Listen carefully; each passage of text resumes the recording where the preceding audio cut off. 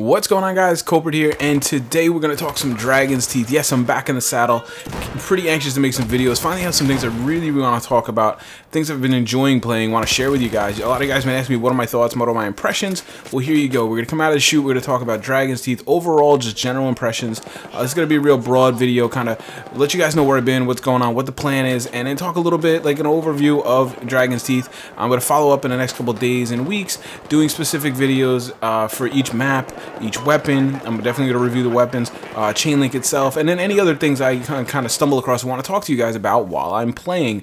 The reason I'm doing this format is because I'm a view whore. No, not really.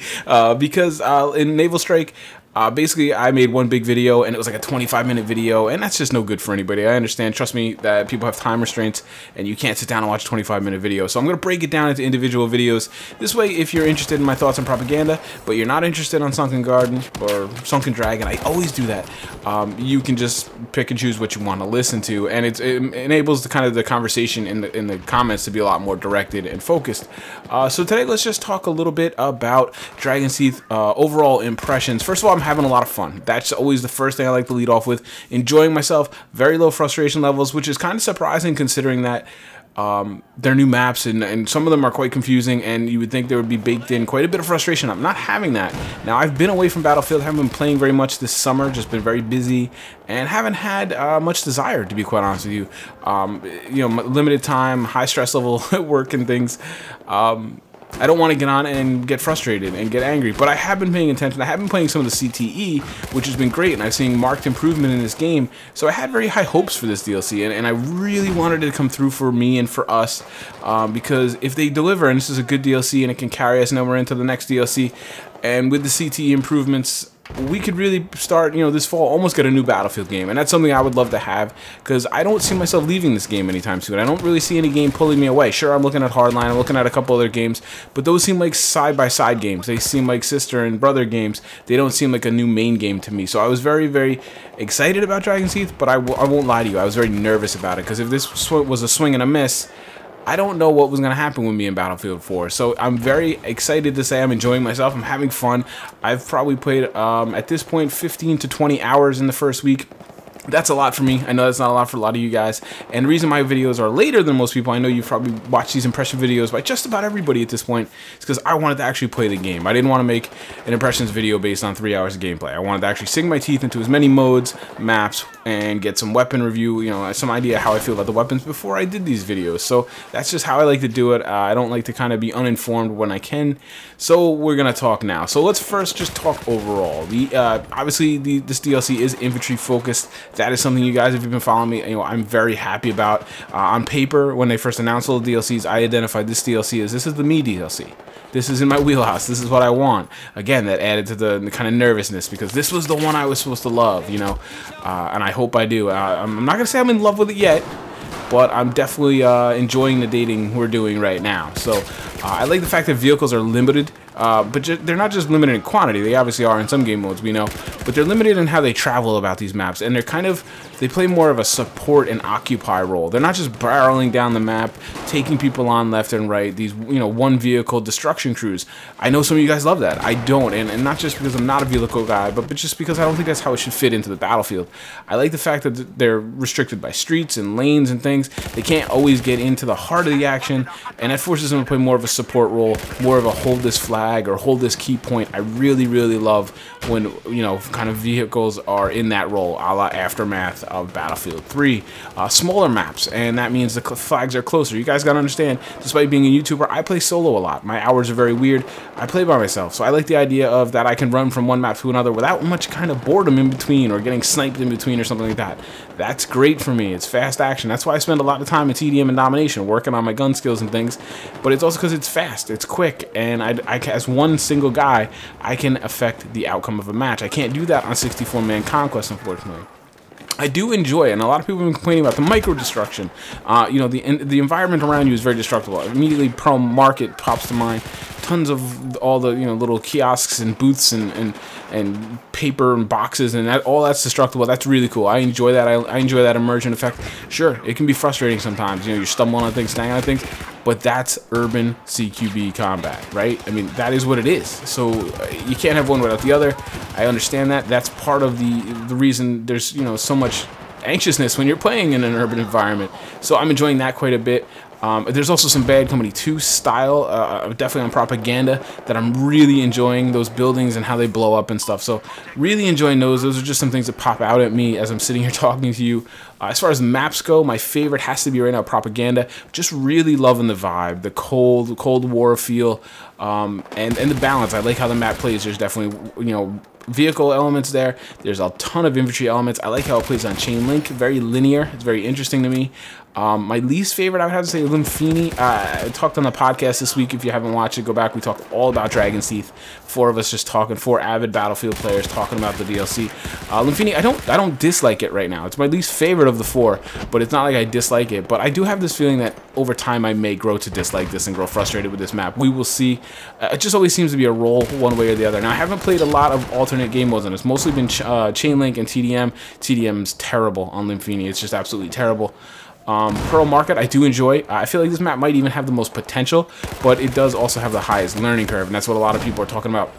Chaotic, random, madness, all these things. It is, especially when you nitwits play on 64-man servers. And I'm talking to a lot of the YouTubers out there that are just, they're kind of echoing each other. It's like they're all talking and they're just repeating what each other's saying, all the while you're watching the gameplay and they're playing Pearl Market, Chain Link on 64-man. And of course it's got to be chaos, guys. So tone down that player count. I've always said 64 players is overrated. Find the sweet spot. For me, it's about 32. You know, might go up to 40 on some maps, but 32 is a really good number. You can have an effect on the match. You're always moving around. You're always finding gunfights. I'm really enjoying it. I gotta figure out those roofs on Pearl Market. I feel like this is Battlefield Titanfall. I can just, you know, I run around, I want to go to the other flag, I can run up a staircase, jump from roof to roof to roof, parachute down, and I'm on the flag. It's kind of very dynamic in that way. I'm enjoying it, but I'm still very much learning that map. Sunken Garden, I always call it Sunken Garden. Sunken Dragon, kind of lackluster, to be quite honest with you. This one was consideration for my least favorite, but it plays okay. Like, there's nothing really wrong with it. I feel like Lumphini is going to play poorly once people kind of figure out the exploit spots, snipering. The long sight lines and things are kind of driving me insane. I do like the evolution on Lumphini, obviously. Sunken Dragon, though, it plays okay. It's pretty vanilla, a little lackluster, but it plays well on most modes, except for TDM. TDM is terrible on this map, absolutely terrible. So the worst spawns I've ever seen in a game. I'm going to talk about each of these maps in detail in their own video, so I'm just going to kind of glaze over them here. Now, let's talk about Chain Link. Chain Link I am really enjoying. Now, let's be honest here. When I saw that little tutorial come out, when I first saw the description of Chain Link, I was very excited, and I recognized it from Unreal, I think, right? Onslaught from Unreal, I think, is where it originates from. I was excited about this. It sounded really good to me. It sounded like it was going to kind of be a focused fighting like Rush does, and I miss that with Rush. But when I saw the tutorial, I was a little disappointed that you could kind of cap and things. So I would make tweaks to this mode, and in my opinion, make it better. I will talk about that in the specific Chain Link game. But for what it is, I am very much enjoying it. It's fast paced. I'm able to have an influence on the match as a single player. Also, most assuredly, as a squad, as I played with a couple buddies, we've definitely been able to influence the match, which is always something I'm looking for, even in a Battlefield game. I don't want to feel like, you know, whatever I do is for naught because the rest of my team is terrible. That happens. I just don't want that to happen all the time. Basically, it's the pacing. You know, I love the fast pace, but I also like that the match length isn't that long. Now, they got to get rid of this wonky timer thing, but I think that's just in a mid setting. They'll get rid of that. Ideally, I think I'd like to see double tickets, like maybe 2,000 tickets, 3,000 tickets, something like that. I don't know. What's the default? 1,500? Somewhere 2,000 to 3,000, and no timer. And because it's the really good matches are the ones that tend to go long, and those are the ones I don't want the timer on. What's kind of neat is how this thing scales up on your ticket bleed, and the really one-sided matches tend to really accelerate and be over with quickly. I really like that it rewards players for playing the objective. If you stand still in this mode, you lose. Now, that's also a downfall for me a little bit. It's a little too merry-go-roundish for me. I wish we could figure out a way to slow that down. I think maybe increasing the cap times. Now, I'm not saying full conquest times, but the very fast domination times just make for it being very hard to hold the flag. Maybe change some spawn rules or something. Again, I'm going to get into that in the specific video as I play more and I think more about it. It might be a bit too chaotic for some people. Obviously, you know, it's very much a merry-go-round. You cap a flag, you go to cap another one, you feel like that one behind you is getting recapped already. And, you know, because of some of the maps, I think at Pearl Market, even Sunken Dragon can be they're more of a spider web than they are linear. as Lumphini and Propaganda are more linear. That's more predictable. The spiderweb design makes it a little harder, and you can obviously get shot in the back, and it's always frustrating for people. Like I said, I would make some tweaks to this mode in my mind to make it better. I'd like to hear your feedback on that as well, guys. Are you enjoying Chainlink? I am. I'm very much liking Chainlink. You guys know I'm a domination guy. I am a TDM guy. This to me is just a more strategic and more tactical domination. It's a larger domination as well. I'm enjoying it. This may replace my love for domination. Certainly, I will play this over Capture the Flag. They could get rid of Capture the Flag for all I care and just keep this as a core mode of Battlefield. Moving on with some corrections, obviously. So the guns, I'm just going to touch over a little bit. Like I said, I'm going to do individual videos about these as well. Bulldog, I think it's a great 1v1 weapon. It's OP 1v1. It's balanced then in its limitations, multiple targets, 1v2, 1v3. You know, you're going to burn through that magazine very quickly. You're going to die to the second guy. You're going to win 90% of the fights against the first guy, even if you're surprised. You're going to die to the second guy, and you're sure you're going to die to the third guy. If you can mitigate your engagements, you can control your engagements and kind of space them out and get people 1v1, v1, you're going to do very well with this weapon. It does struggle a little bit at range. Sure, you can really micro tap it, micro burst it. You'll be okay, but there's better choices in that category, in my opinion. I have about 400 kills with it probably now. I'm not fully there. Look for a review on this weapon coming first, and hopefully very soon by the end of the week, I would hope for. The MPX, I haven't unlocked it. I haven't had a lot of time with this weapon yet. Seems like a really nice PDW. Seems like actually might be my favorite PDW. But the problem is it's a PDW, and I still don't see any reason to use a PDW, to be quite frank. Even when using the Engineer class, which you don't use very much on the Dragon's Teeth DLC, certainly not in Chainlink and modes like that, I still think you're better off grabbing a carbine. The AK5C, the ACWR are choices I like over any PDW. The mid-range carbine is probably better than the top PDW. It just works. When I play Engineer, I don't get up close and personal. I like to stay back at a little medium range, fire rockets into things, and a carbine. The AK5C works very well for that, but it's a really good gun. You should check it out. Again, I will be reviewing that one probably after the Bulldog. Now, the one that's probably getting a lot of talk, Bulldog's getting a ton too, the Deagle. I just don't know what's going on here. I'm shaking my head. This game is completely out of balance with the other sidearms. I hesitate to call it OP, but it is. It's overpowered when you compare it to the other sidearms. I don't know how this got through the CTE, and for what I'm being told, they've said they are not going to nerf this. I still find that hard to believe, but they're going to raise the other sidearms up around it. I don't know why sidearms need a buff. There's enough lethality in this game as it is. I would just like to see this kind of brought more into the ranks. I enjoy using it, but I just worry that we're kind of getting a little crazy here. It's got a great mag, it's got a great fire rate, does a ton of damage, doesn't have crazy recoil. I don't really see much of a weakness here. Maybe I haven't used it enough. I have it unlocked, obviously. I haven't used it a ton. I don't even think I have 50 kills with it yet. But maybe some warts will show up as I use it more. Just going to touch on the Riot Shield a little bit before I wrap this up. I have not used it yet. I don't believe I've even unlocked it yet.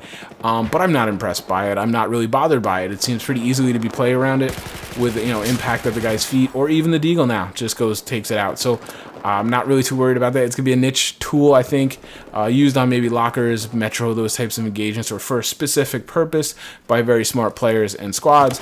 And we also know it's going to be used by people just trying to troll you. We knew that from day one that would be how this was going to be used.